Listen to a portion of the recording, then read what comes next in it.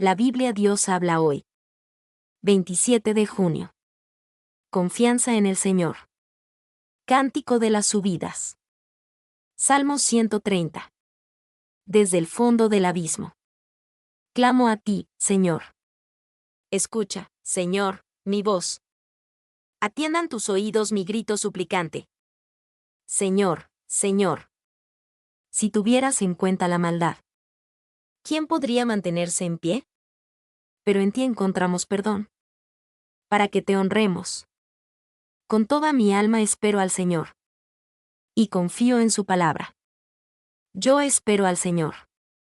Más que los centinelas de la mañana. Así como los centinelas esperan a la mañana. Espera tú, Israel, al Señor. Pues en Él hay amor y completa libertad. Él librará a Israel de toda su maldad. Oración de confianza. Cántico de las subidas, de David. Salmo 131. Señor, no es orgulloso mi corazón. Ni son altaneros mis ojos. Ni voy tras cosas grandes y extraordinarias, que están fuera de mi alcance. Al contrario, estoy callado y tranquilo. Como un niño recién amamantado, que está en brazos de su madre. Soy como un niño recién amamantado. Israel, espera en el Señor ahora y siempre. Las promesas de Dios a David. Cántico de las subidas. Salmo 132. Acuérdate, Señor, de David. Y de todas sus aflicciones. Acuérdate del firme juramento que te hizo a ti, el poderoso de Jacob. No me pondré bajo techo, ni me acostaré a descansar. No cerraré los ojos, ni dormiré un solo instante, mientras no encuentre casa. Para el Señor, el poderoso de Jacob. En Efrata oímos hablar del arca de la alianza. Y la encontramos en los campos de Jaar. Vayamos al santuario del Señor.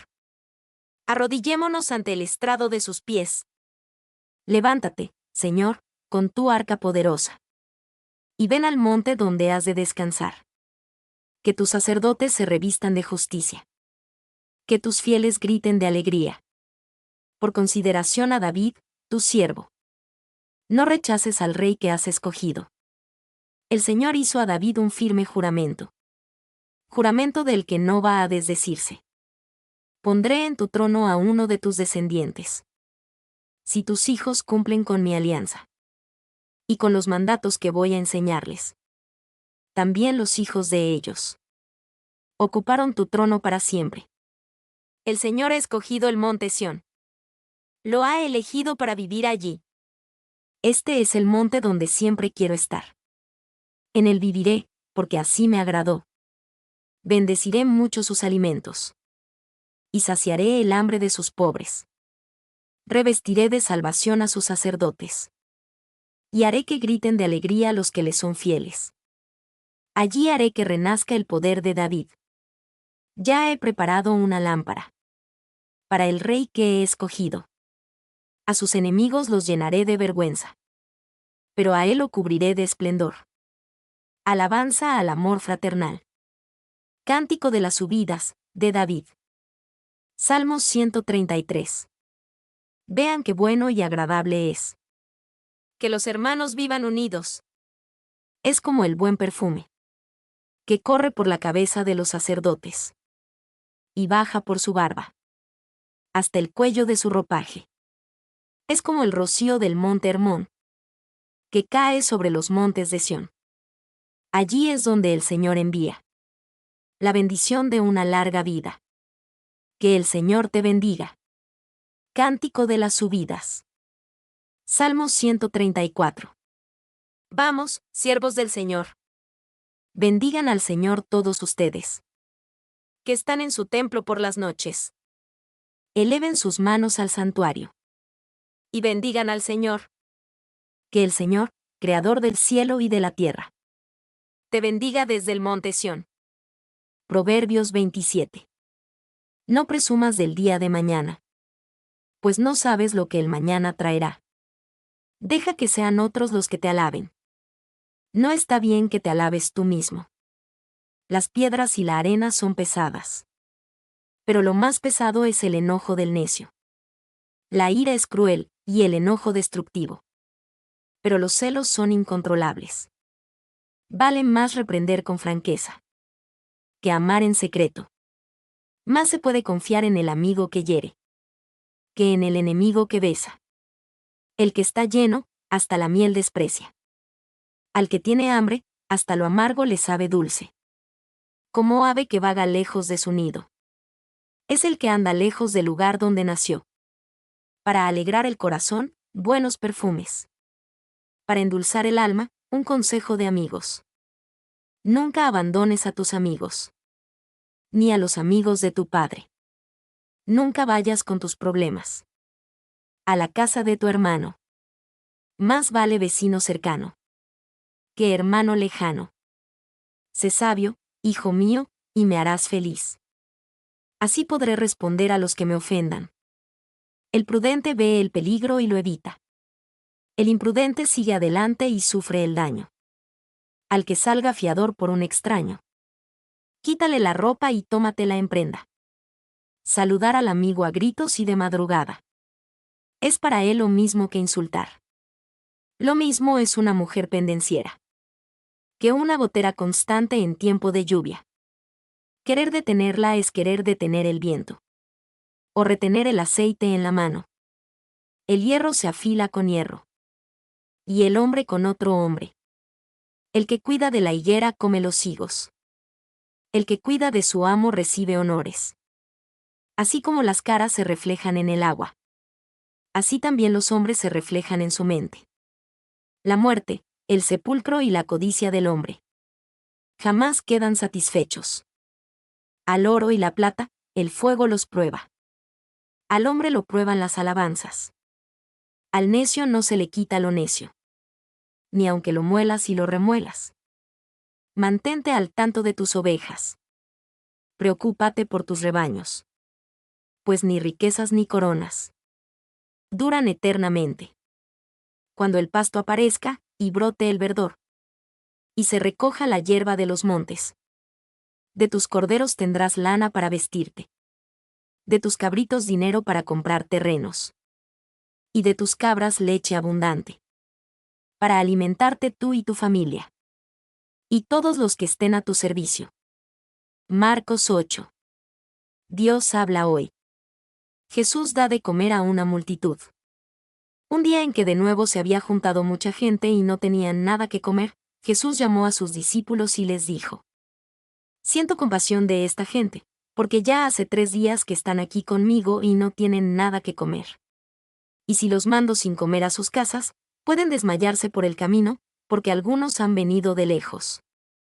Sus discípulos le contestaron: ¿Pero cómo se les puede dar de comer en un lugar como este, donde no vive nadie? Jesús les preguntó: ¿Cuántos panes tienen ustedes? 7, contestaron ellos. Entonces mandó que la gente se sentara en el suelo, tomó en sus manos los 7 panes y, habiendo dado gracias a Dios, los partió y se los iba dando a sus discípulos, para que ellos los repartieran entre la gente, y así lo hicieron. Tenían también unos cuantos pescaditos. Jesús pronunció sobre ellos la bendición, y también mandó repartirlos. Todos comieron hasta quedar satisfechos, y recogieron los pedazos sobrantes en 7 canastas. Los que comieron eran cerca de 4,000. Luego Jesús los despidió, subió a la barca con sus discípulos y se fue a la región de Dalmanuta. Los fariseos piden una señal milagrosa. Llegaron los fariseos y comenzaron a discutir con Jesús. Y para tenderle una trampa, le pidieron que hiciera alguna señal milagrosa que probara que él venía de parte de Dios. Jesús suspiró profundamente y dijo: ¿Por qué pide esta gente una señal milagrosa? Les aseguro que no se les dará ninguna señal. Entonces los dejó, y volviendo a entrar en la barca se fue al otro lado del lago. La levadura de los fariseos. Se habían olvidado de llevar algo de comer, y solamente tenían un pan en la barca. Jesús les advirtió: Miren, cuídense de la levadura de los fariseos y de la levadura de Herodes. Los discípulos comentaban entre sí que no tenían pan. Jesús se dio cuenta, y les dijo: ¿Por qué dicen que no tienen pan? ¿Todavía no entienden ni se dan cuenta? ¿Tienen tan cerrado el entendimiento? ¿Tienen ojos y no ven, y oídos y no oyen? ¿No se acuerdan? Cuando repartí los 5 panes entre 5,000 hombres, ¿cuántas canastas llenas de pedazos recogieron? Ellos contestaron: 12. Y cuando repartí los 7 panes entre 4,000, ¿cuántas canastas llenas recogieron? Contestaron: 7. Entonces les dijo: ¿todavía no entienden? Jesús sana a un ciego en Betsaida. Después llegaron a Betsaida, y llevaron un ciego a Jesús, y le rogaron que lo tocara. Jesús tomó de la mano al ciego y lo sacó fuera del pueblo. Le mojó los ojos con saliva, puso las manos sobre él y le preguntó si podía ver algo. El ciego comenzó a ver, y dijo: veo a los hombres. Me parecen como árboles que andan. Jesús le puso otra vez las manos sobre los ojos, y el hombre miró con atención y quedó sano. Ya todo lo veía claramente. Entonces Jesús lo mandó a su casa, y le dijo: no vuelvas al pueblo. Pedro declara que Jesús es el Mesías. Después de esto, Jesús y sus discípulos fueron a las aldeas de la región de Cesarea de Filipo. En el camino, Jesús preguntó a sus discípulos: ¿quién dice la gente que soy yo? Ellos contestaron: algunos dicen que eres Juan el Bautista, otros dicen que eres Elías, y otros dicen que eres uno de los profetas. ¿Y ustedes, quién dicen que soy? Les preguntó. Pedro le respondió: tú eres el Mesías. Pero Jesús les ordenó que no hablaran de él a nadie. Jesús comenzó a enseñarles que el Hijo del Hombre tendría que sufrir mucho, y que sería rechazado por los ancianos, por los jefes de los sacerdotes y por los maestros de la ley. Les dijo que lo iban a matar, pero que resucitaría a los 3 días. Esto se lo advirtió claramente. Entonces Pedro lo llevó aparte y comenzó a reprenderlo. Pero Jesús se volvió, miró a los discípulos y reprendió a Pedro, diciéndole: apártate de mí, Satanás. Tú no ves las cosas como las ve Dios, sino como las ven los hombres. Luego Jesús llamó a sus discípulos y a la gente, y dijo: si alguno quiere ser discípulo mío, olvídese de sí mismo, cargue con su cruz y sígame. Porque el que quiera salvar su vida, la perderá, pero el que pierda la vida por causa mía y por aceptar el Evangelio, la salvará. ¿De qué le sirve al hombre ganar el mundo entero, si pierde la vida? O también, ¿cuánto podrá pagar el hombre por su vida? Pues si alguno se avergüenza de mí y de mi mensaje delante de esta gente infiel y pecadora, también el Hijo del Hombre se avergonzará de él cuando venga con la gloria de su Padre y con los santos ángeles. 2 Samuel 20. Dios habla hoy. Sublevación de Seba. Un malvado de la tribu de Benjamín, que se llamaba Seba y era hijo de Bicri, se encontraba en Gilgal. Este Seba incitó al pueblo a levantarse en armas, diciendo: nosotros no tenemos parte ni herencia con David, el hijo de Jesé. Todos a sus casas, israelitas. Todos los hombres de Israel abandonaron a David para seguir a Seba, hijo de Bicri. Pero los de Judá, desde el Jordán hasta Jerusalén, se mantuvieron fieles a su rey. Cuando David regresó a su palacio, en Jerusalén, tomó a las 10 concubinas que había dejado cuidando el palacio y las metió en una casa, bajo vigilancia. Allí siguió cuidando de ellas, pero no volvió a tener relaciones sexuales con ellas. Así ellas se quedaron encerradas, viviendo como viudas hasta el día de su muerte. Después el rey ordenó a Amasá: llama a los hombres de Judá, y dentro de 3 días preséntate aquí con ellos. Amasá fue a reunirlos, pero tardó más tiempo del que se le había señalado. Entonces dijo David a Abisai: Seba nos va a causar más daño que Absalón. Así que toma el mando de mis tropas y persíguelo, no sea que encuentre algunas ciudades amuralladas y se nos escape. Los hombres de Joab, con los quereteos y peleteos de la Guardia Real, y los mejores soldados, salieron de Jerusalén con Abisai, para perseguir a Seba. Cuando se encontraban cerca de la gran roca que está en Gabaón, Amasá les salió al encuentro. Joab llevaba puesto su uniforme de batalla, ajustado con un cinturón, y al costado una espada envainada, la cual podía desenvainar con solo tirar hacia abajo. Y mientras Joab tomaba a Amasá por la barba con la mano derecha para besarlo, le preguntó. ¿Te ha ido bien, hermano? Amasá no prestó atención a la espada que Joab llevaba en la mano. De pronto, Joab lo hirió con ella en el vientre, y todas sus entrañas se derramaron por el suelo. Murió sin que Joab tuviera que rematarlo. Luego Joab y su hermano Abisai siguieron persiguiendo a Seba, hijo de Bicri. Entonces uno de los soldados de Joab se puso al lado del cuerpo de Amasá, y dijo: El que esté a favor de Joab y de David, que siga a Joab. Pero Amasá seguía en medio del camino, revolcándose en su sangre, y viendo aquel soldado que toda la gente se detenía, hizo a Amasá a un lado del camino y lo tapó con una capa, pues se dio cuenta de que todos los que llegaban se quedaban parados junto a él. Después de apartarlo del camino, pasaron todos los que andaban con Joab en persecución de Seba. Seba pasó por todas las tribus de Israel hasta Abel-Bet-Maca, y todos los descendientes de Bicri se reunieron y entraron tras él en la ciudad. Cuando los hombres de Joab llegaron a Abel-Bet-Maca, construyeron una rampa sobre la muralla exterior, para atacar la ciudad, y luego entre todos trataron de derribar la muralla. De pronto, una mujer muy astuta gritó desde la muralla de la ciudad: Escúchenme. Escúchenme, por favor. Díganle de mi parte a Joab que se acerque, porque quiero hablar con él. Cuando Joab se acercó, la mujer le preguntó: ¿Tú eres Joab? Yo soy Joab, respondió él. Ella dijo: Escucha las palabras de esta sierva tuya. Te escucho, contestó él. Entonces ella comenzó a decir: Antiguamente decían, quien quiera saber algo, que pregunte en Abel. Y así se solucionaba el asunto. Nuestra ciudad es una de las más pacíficas y fieles de Israel, una de las más importantes. Sin embargo, tú estás tratando de destruirla. ¿Por qué quieres destruir lo que pertenece al Señor? Joab le contestó: Eso ni pensarlo. No es mi intención destruirla ni dejarla en ruinas.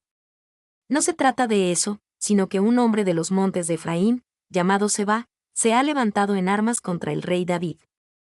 Entréguenmelo a él solo, y yo me retiraré de la ciudad. Te echaremos su cabeza desde el muro, respondió la mujer a Joab. Enseguida fue ella a convencer con su astucia a toda la gente de la ciudad, y le cortaron la cabeza a Seba y se la arrojaron a Joab. Entonces Joab ordenó que tocaran retirada, y se alejaron de la ciudad, cada cual a su casa, mientras que Joab regresó a Jerusalén para hablar con el rey. Oficiales de David.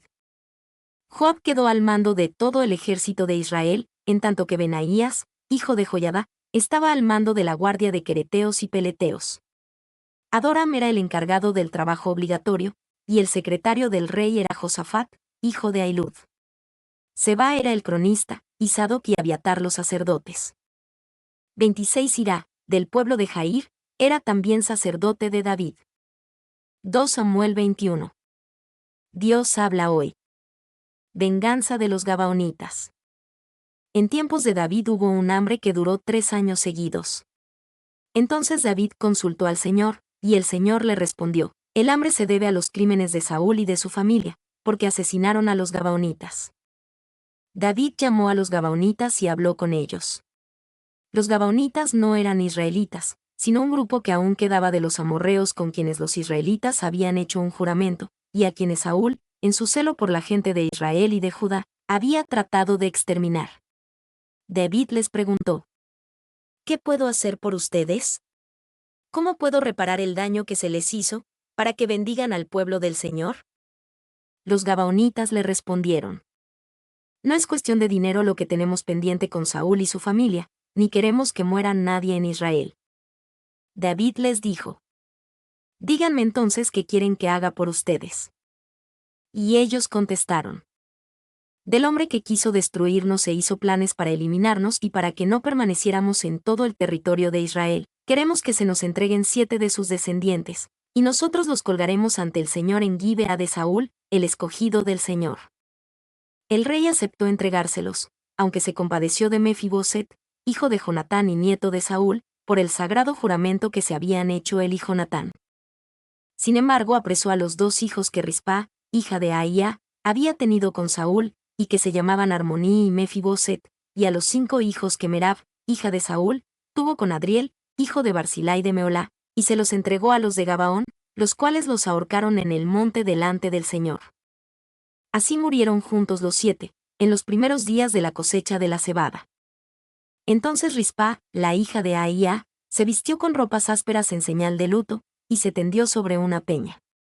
Allí se quedó, desde el comienzo de la cosecha de cebada hasta que llegaron las lluvias, sin dejar que los pájaros se acercaran a los cadáveres durante el día, ni los animales salvajes durante la noche. Cuando le contaron a David lo que había hecho Rispa, la concubina de Saúl, fue y recogió los restos de Saúl y de su hijo Jonatán, que estaban en posesión de los habitantes de Jabes de Galaad. Estos los habían robado de la plaza de Betzán, donde los filisteos los colgaron el día que derrotaron a Saúl en Gilboa. Luego ordenó David que trasladaran los restos de Saúl y de Jonatán, y que recogieran los restos de los ahorcados, y enterraron los restos de Saúl y de Jonatán en el sepulcro de Quis, el padre de Saúl, en Selá, en el territorio de Benjamín. Todo se hizo como el rey lo había ordenado. Y después de esto, Dios atendió las súplicas en favor del país. Abisai salva la vida a David. Los filisteos declararon de nuevo la guerra a Israel. Entonces David y sus oficiales salieron a luchar contra ellos. David se cansó demasiado, y un gigante llamado Isbi-Benob trató de matarlo. Su lanza pesaba más de 30 kilos, y al cinto llevaba una espada nueva. Pero Abisai, el hijo de Zeruyá, fue en ayuda de David, y atacó al filisteo y lo mató. Entonces los hombres de David le hicieron prometer que ya no saldría más a la guerra con ellos, para que no se apagara la lámpara de Israel.